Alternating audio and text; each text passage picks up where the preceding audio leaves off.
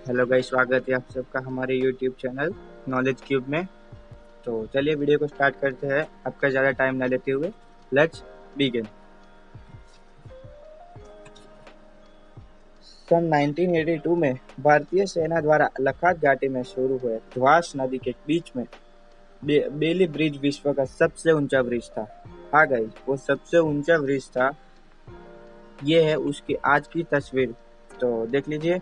और बढ़ते हैं हम जल्दी से नेक्स्ट फैक्ट की तरफ। Fact number 2।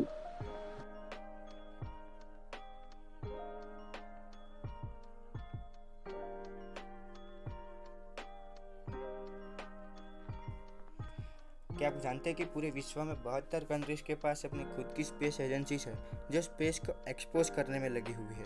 लेकिन क्या आप जानते हैं कि इनमें से आधे से ज़्यादा देशों के पास लॉन्चिंग के समय इंडिया की ज़रूरत होती है? ऐसा क्यों? आइए जानते हैं। क्योंकि 72 देशों में से सिर्फ 14 देशों के पास लॉन्चिंग पैड है और इसमें हमारा इंडिया भी शामिल है।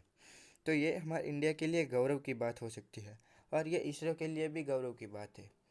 तो चलिए बढ़ते हैं नेक्स्ट फैक्ट की तरफ जल्दी से। गाइज, आज आपका कोई भी रिलेटिव फॉरेन कंट्री यूनिवर्सिटी में पढ़ाई करने के लिए जाता होगा, राइट? लेकिन आपको पता है कि दुनिया की सबसे पहली यूनिवर्सिटी कहाँ पे हुई थी? डोंट वरी, मैं आपको बताता हूँ। दुनिया की सबसे पहली यूनिवर्सिटी इंडिया में स्थित हुई थी, जिसका नाम था तक्षशिला। तक्षशिला में कई देश विदेश से बच्चे पढ़ाई करने के लिए आते थे।